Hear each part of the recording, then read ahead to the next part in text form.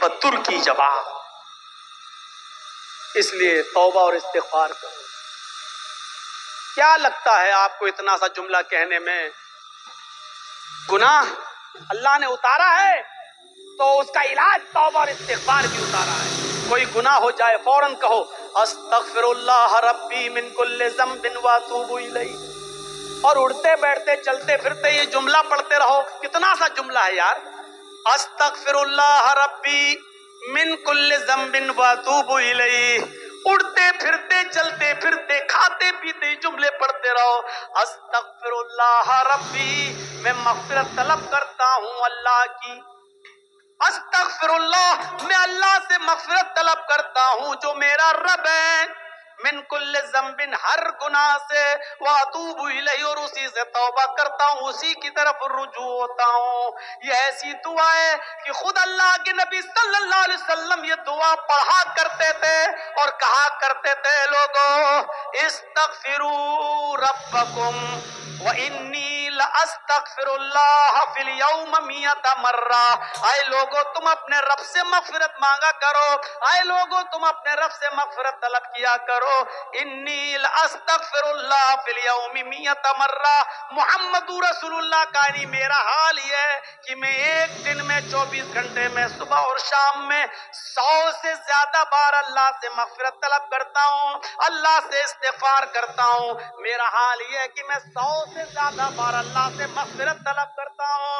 اللہ تعالیٰ نے اپنے نبی محمد رسول اللہ کو حکم دیا وَقُلْ رَبِّ اغْفِرْ وَارْحَمْ وَأَنْتَ خَيْرُ الرَّاحِمِينَ. وَقُلْ رَبِّ اغْفِرْ، اے محمد صلی اللہ علیہ وسلم کہہ دو، یہ کہتے رہو رب اغفر، اے اللہ میری مغفرت فرما، وارحم، میرے اوپر رحم فرما، وَأَنْتَ خَيْرُ الرَّاحِمِينَ، اور تو بہت زیادہ رحم کرنے والا ہے. میرے بھائیوں ان جملوں کو ادا کرتے رہیے. اللہ کے نبی بھی کہتے تھے وَإِنِّي لَأَسْتَغْفِرُ اللَّهَ بِي فِي الْيَوْمِ 100 مرہ. اللہ کے نبی بھی کہا کرتے تھے استغفر اللہ ربی من کل ذنب واتوب الیہ. یہ مغفرت طلب کرنا بہت ضروری ہے. اور جانتے ہو مغفرت کے فائدے کیا ہیں؟ مغفرت کے فائدے کیا ہیں؟ حضرت نوح علیہ السلام نے اپنی قوم سے کہا تھا جب قحط پڑ گیا، بہت زیادہ سوکھا پڑ گیا، تو اپنی قوم کے لوگوں سے کہا تھا، کیا کہا تھا؟ وَاسْتَغْفِرُوا رَبَّكُمْ إِنَّهُ كَانَ غَفَّارًا. اے میری قوم کے لوگوں اپنے رب سے مغفرت طلب کرو، اے میری قوم کے لوگوں اپنے رب سے مغفرت طلب کرو. یرسل السماء علیکم مدرارا. جب تم اپنے رب سے مغفرت طلب کرو گے تو اللہ رب العالمین آسمان سے بارشیں برسائے گا. یہ جو قحط پڑ گیا ہے، جو سوکھا پڑ گیا ہے، اللہ رب العالمین آسمان سے تمہارے اوپر بارشیں برسائے گا اگر تم مغفرت طلب کرو گے، استغفار کرو گے تو. یرسل السماء علیکم مدرارا، اللہ رب العالمین تمہارے اوپر آسمان سے بارش برسائے گا. وَيُمْدِدْكُمْ بِأَمْوَالٍ وَبَنِينَ، اور اللہ رب العالمین تمہیں اولادیں دے گا اور مال سے نوازے گا. وَيُمْدِدْكُمْ بِأَمْوَالٍ وَبَنِينَ، اللہ تمہیں مال بھی دے گا اور اولادیں بھی دے گا. یعنی اگر کسی کا مال رزق میں کمی آ گئی ہے، مال و دولت میں کمی آ رہی ہے، برکتیں نہیں ہو رہی ہیں، تو غور کرو کہ اس کے گناہ بڑھ گئے ہیں، مغفرت طلب کرو، اللہ سے استغفار کرو گے تو اللہ تمہیں مال بھی دے گا، وہ بنین، اور تمہیں اولادیں بھی دے گا. وَيَجْعَلْ لَكُمْ جَنَّاتٍ وَيَجْعَلْ لَكُمْ أَنْهَارًا، اور تمہیں باغات عطا فرمائے گا اور چشمے جاری کرے گا، تمہیں نہریں عطا فرمائے گا. یعنی مغفرت طلب کرو گے تو یہ نعمتیں اللہ رب العالمین تمہیں دے گا. حضرت عمر فاروق کے زمانے میں قحط پڑ گیا، حضرت عمر فاروق کے زمانے میں قحط پڑ گیا. لوگوں نے کہا امیر المومنین چلیے نماز استسقاء پڑھیے، اللہ سے ہمارے لیے دعا کیجئے کہ اللہ رحمت کی بارش فرمائے. سوکھا پڑا ہوا ہے، بچے بھوکے مرنے لگے، حالات بہت خراب ہیں. اے امیر المومنین جنگل کی طرف نکلیے اور اللہ سے بارش طلب کیجئے، نماز استسقاء پڑھیے. اللہ حضرت عمر فاروق رضی اللہ تعالیٰ عنہ تمام لوگوں کو لے کر نکلے، تمام لوگوں کو لے کر جنگل میں نکلے، نماز استسقاء پڑھی اور صرف آسمان پر ہاتھ بلند کر کے اتنا فرمایا نستغفر اللہ نستغفر اللہ، اللہ ہم سب استغفار کرنے آئے ہیں، ہم سب مغفرت طلب کرنے آئے ہیں۔ حضرت عمر نے یہ نہیں کہا اللہ تو میرے اوپر رحمت کی بارش فرما، یہ نہیں کہا کہ اللہ تو ہمارے اوپر رحمت کی برخا فرما، ایک قطرہ پانی کا نہیں مانگا۔ حضرت عمر نے صرف یہ کہا اللہ میری مغفرت فرما، ہمارے ساتھ جتنے لوگ آئے ہیں اللہ ان سب کی مغفرت فرما دے، اے اللہ ہمارے گناہوں کو بخش دے، اے اللہ ہماری مغفرت فرما دے۔ اتنی دعا مانگی اور لوٹ کے واپس چلے آئے۔ جب اپنے گھر پہ آئے تو تمام لوگوں نے گھر گھیر لیا۔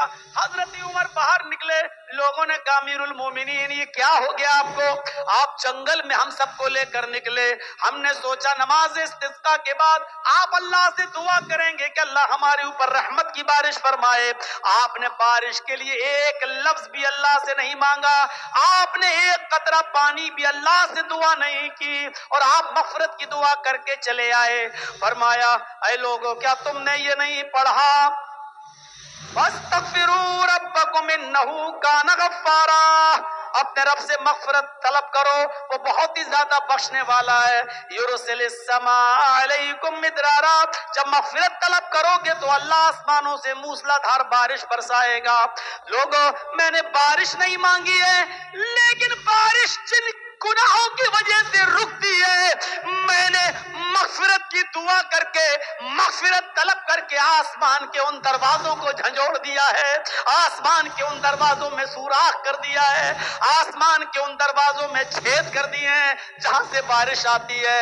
ہم نے مغفرت طلب کر کے آسمان کے دروازوں کو ہلا دیا ہے، انتظار کرو انشاءاللہ بارش کے قطرے آنے والے ہیں۔ ایک دن گزرا تھا کہ پھر موسلا دھار بارش ہوتی ہے۔ میرے بھائیوں چھوٹی سے چھوٹی نیکی کو بھی حقیر مت سمجھو، چھوٹی سے چھوٹی نیکی کو بھی حقیر مت سمجھو۔ قرآن پڑھیے اللہ رب العالمین فرماتا ہے فَمَن يَعْمَلْ مِثْقَالَ ذَرَّةٍ خَيْرًا يَرَهُ وَمَن يَعْمَلْ مِثْقَالَ ذَرَّةٍ شَرًّا يَرَهُ، اگر ذرہ برابر بھی نیکی کرو گے تو اس کو بھی تم اپنے رب کے نام اپنے نام اعمال میں دیکھ لو گے، ذرہ برابر بھی برائی کرو گے تو اس کو بھی تم اپنے نام اعمال میں دیکھ لو گے۔ چھوٹی سے چھوٹی نیکی کو بھی حقیر مت سمجھو، اس میں کیا ہو جائے گا؟ کل میں نے بتایا تھا نا چھوٹی سے چھوٹی نیکی، راستے سے گزر رہے ہیں پتھر پڑا ہٹا دو، کانٹا پڑا ہٹا دو، یہ نہ سمجھو یار یہ کوئی نیکی ہے۔ چھوٹی سے چھوٹی نیکی کو بھی حقیر مت سمجھو۔ اللہ کے رسول ایک مرتبہ خطبہ دے رہے ہیں اور عورتوں کو مخاطب کر کے کہہ رہے ہیں یا معاشر النساء، اے عورتوں کی جماعت، اے مستورات، اے عورتوں، تم اپنے گھر میں تم اپنے گھر کے پڑوس میں رہنے والی کسی پڑوسن کو صدقہ اور خیرات کرنے میں کبھی حقارت محسوس مت کرنا۔ تم اپنے گھر کے پڑوس میں رہنے والی پڑوسن کو صدقہ اور خیرات کرو، اگرچہ کچھ بھی دینے کے لیے نہ ہو تو ایک بکری کا کھر ہی دے دیا کرو، بکری کا کھر ہی کیوں نہ ہو۔ بکری کا کھر، بکری جس سے چلتی ہے یہ پیروں کا یہ نچلے والا حصے کو کھر کہا جاتا ہے نا، یہ عرب کے اندر سب سے گھٹیا چیز مانی جاتی تھی، سب سے کمتر چیز سمجھی جاتی تھی۔ تو اللہ کے نبی صلی اللہ علیہ وسلم کہہ رہے ہیں کہ آئے عورتوں اپنے پڑوسن کو صدقہ اور خیرات کرو، اگرچہ بکری کا کھر ہی کیوں نہ ہو، بکری کا کھر بھی تمہیں دینا پڑے تو دے دو، صدقہ اور خیرات کرو، تو تم ان کو صدقہ اور خیرات کرو، اس نیکی کو حقیر مت سمجھو۔ آئیے اور ایک اور روایت کی طرف میں تمہیں لے کے چلتا ہوں، بخاری کی روایت ہے، اللہ کے نبی صلی اللہ علیہ وسلم فرماتے ہیں فَاتَّقُوا النَّارَ وَلَوْ بِشِقِّ تَمْرَةٍ، وَلَوْ بِشِقِّ تَمْرَةٍ پر غور کرو، فَاتَّقُوا النَّارَ، لوگوں تم اپنے آپ کو جہنم سے بچاؤ، اپنے آپ کو جہنم سے بچاؤ، آگ سے بچاؤ، دوزخ سے بچاؤ۔ کیسے بچاؤ؟ وَلَوْ بِشِقِّ تَمْرَةٍ، اگرچہ تمہیں کھجور کا ٹکڑا ہی دینا پڑے اس کو بھی اللہ کے راہ میں صدقہ و خیرات کرو. کھجور تو بڑا ہو گیا, یہ کھجور ہے, یہ کھجور نہیں ہے تمہارے پاس, آدھا کھجور ہے یا اس کا ایک ٹکڑا ہے تمہارے پاس, چوتھائی حصہ, 1/4 کھجور, ایک کھجور کا بھی چوتھائی حصہ ہے آپ کے پاس. اللہ کے نبی کہہ رہے ہیں کہ اگر وہ بھی تمہارے گھر پہ رکھا ہے, فاضل ہے, تو ولو بشق تمرہ, تو وہ بھی کسی نہ کسی غریب کو یا غریب کے بچے کو دے دو, کھلا دو اس کو, اپنے آپ کو جہنم سے بچاؤ. کھجور کے ٹکڑے کی حیثیت کیا ہے؟ کوئی آدمی کھجور کا ٹکڑا دے گا, پورا کھجور دے دے گا؟ اللہ کے نبی کہہ رہے کھجور تو چھوڑو, ولو بشق تمرہ, اگر تمہارے پاس کھجور کا ٹکڑا ہی ہو تو اس کو بھی دے دو. یعنی اس نیکی کو بھی حقیر مت سمجھو, ارے یار کیا ہے میرے پاس, یہ اس کا کیا ہو جائے گا, ایک کھجور کا ٹکڑا دیں گے تو اس کا کیا پیٹ بھر جائے گا بیچارے کا, کیا بھرے گا؟ نہیں, اللہ کے نبی اکسا رہے ہیں, ابھار رہے ہیں, اگر تمہارے پاس کھجور کا ٹکڑا ہو تو تم اس کو بھی صدقہ و خیرات کر کے اپنے آپ کو جہنم سے بچاؤ. فاتقوا النار ولو بشق تمرہ, اپنے آپ کو دوزخ سے, جہنم سے بچاؤ, اگرچہ تمہارے پاس کھجور کا ٹکڑا ہی کیوں نہ ہو, صدقہ و خیرات کرنے کے لیے کرو. وہ حدیث یاد ہے نا, بخاری کی, حضرت عائشہ فرماتی ہے کہ میرے پاس ایک مانگنے والی آئی, جاتنی سائلہ, میرے پاس مانگنے والی آئی, ومعہا صبیان, اس کے ساتھ 2 چھوٹے چھوٹے بچے تھے, مانگنے لگی, میرے پاس ایک کھجور تھی, میں نے وہ کھجور لا کر اس عورت کو دے دیا, اس کھجور نے اس کے 2 ٹکڑے کر دیے, ایک ٹکڑا اس بچے کو دے دیا, ایک ٹکڑا اس بچے کو دے دیا, ایک ٹکڑا اس بچے کو دے دیا, ایک ٹکڑا اس بچے کو دے دیا, اور اپنا خود نہیں کھایا. ان دونوں بچوں نے آدھی آدھی کھجور کھا لی اور چلی گئی وہ عورت اپنے بچے کو لے کر, بچوں کو. اللہ کے نبی صلی اللہ علیہ وسلم جب گھر میں آئے تو حضرت عائشہ نے پورا منظر بیان فرمایا, تو اللہ کے نبی صلی اللہ علیہ وسلم نے فرمایا وجبت علیہ الجنہ, عائشہ جو عورت اپنے بچوں کے کھانے پینے کی آزمائش میں مبتلا کر دی گئی, جو اپنے بچوں کی پرورش میں آزمائی گئی اور اس آزمائش میں پوری اترتی ہے, اس عورت کے اوپر جنت واجب ہے. یعنی اس عورت نے خود بھوکا رہ کر اپنے بچوں کو آدھی آدھی کھجور دے دی, اپنے بچوں کو ٹکڑے دے دیے کھجور کے, خود بھوکی رہ گئی, اللہ تعالیٰ نے اس عورت پر جنت واجب کر دی. یعنی اس عورت کے اوپر جنت فرض ہو گئی, جنت واجب ہو گئی. غور کیجئے, کھجور کا ایک کھجور تھی, حضرت عائشہ نے وہی دے دی. اب آپ کہو گے ایک کھجور میں کیا ہوتا ہے, نہ عورت کا پیٹ بھرا نہ بچوں کا, لیکن حضرت عائشہ نے ایک کھجور تھی وہی دے دی. مسلم شریف کی حدیث میں 3 کھجوروں کا ذکر ہے, ایک کھجور اس عورت, 3 کھجور حضرت عائشہ نے اس عورت کو دے دی, اس عورت نے ایک کھجور اس بچے کو دے دی, ایک کھجور اس بچے کو دے دی, اور ایک کھجور اپنے کھانے کے لیے رکھ لی. بچوں نے اپنی اپنی کھجوریں کھا لی, اور ماں جب کھجور کھانے لگی تو بچے اپنی ماں کے کھجور پر جھپٹ پڑے.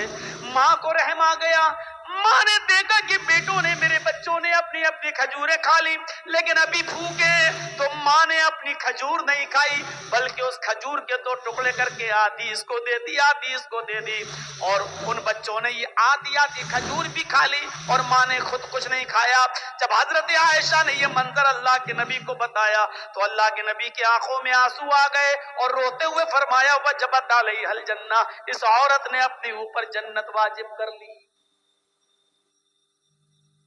کسی بھی نیکی کو حقیر مت سمجھو, چھوٹی سے چھوٹی نیکی کو بھی حقیر مت سمجھو.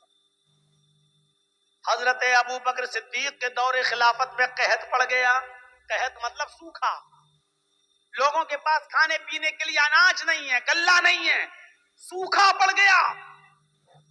ابو بکر کا زمانہ ہے, حضرت عثمان غنی رضی اللہ تعالیٰ عنہ کے پاس ملک شام سے غلہ لدا ہوا, اونٹ آئے تھے جس پر غلہ لدا ہوا تھا, اور اونٹ کتنے تھے؟ 1000 اونٹ, 100 نہیں, 10 20 نہیں, 100 200 نہیں, 1000 اونٹ تھا جس پر اناج لدا ہوا تھا, غلہ لدا ہوا تھا. جب مدینے کے تاجروں کو پتا چلا کہ اب عثمان غنی کے پاس 1000 اونٹ ہے غلے سے لدے ہوئے, تو ان کے پاس آئے اور کہنے لگے اے عثمان, کیا ان